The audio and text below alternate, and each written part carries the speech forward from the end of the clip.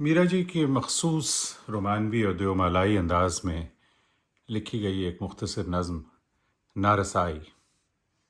रात अंधेरी, बन है सूना, कोई नहीं है साथ। पवन झकोले पेड़ हिलाएं, थर थर कांपे पात। दिल में डर का तीर चुभा है, सीने पर है हाथ। रह रह कर सोचूं यूं कैसे पूरी होगी रात। बरखा रुत है और जवानी, लहरों का तूफान। पीतम है नादान, मेरा दिल रस्मों से अनजान। कोई नहीं जो बात सुझाए, कैसे हों सामान।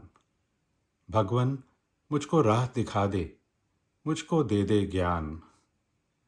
चप्पू टूटे नाव पुरानी, दूर है खेवन हारा। बैरी है नदी की मौजें और पीतम उस पार। सुन ले दुख में पुकारे एक प्रेमी बेचारा। कैसे जाऊं, कैसे पहुंचूं, कैसे जताऊं प्यार। कैसे अपने दिल से मिटाऊं बिरहा अगन का रोग।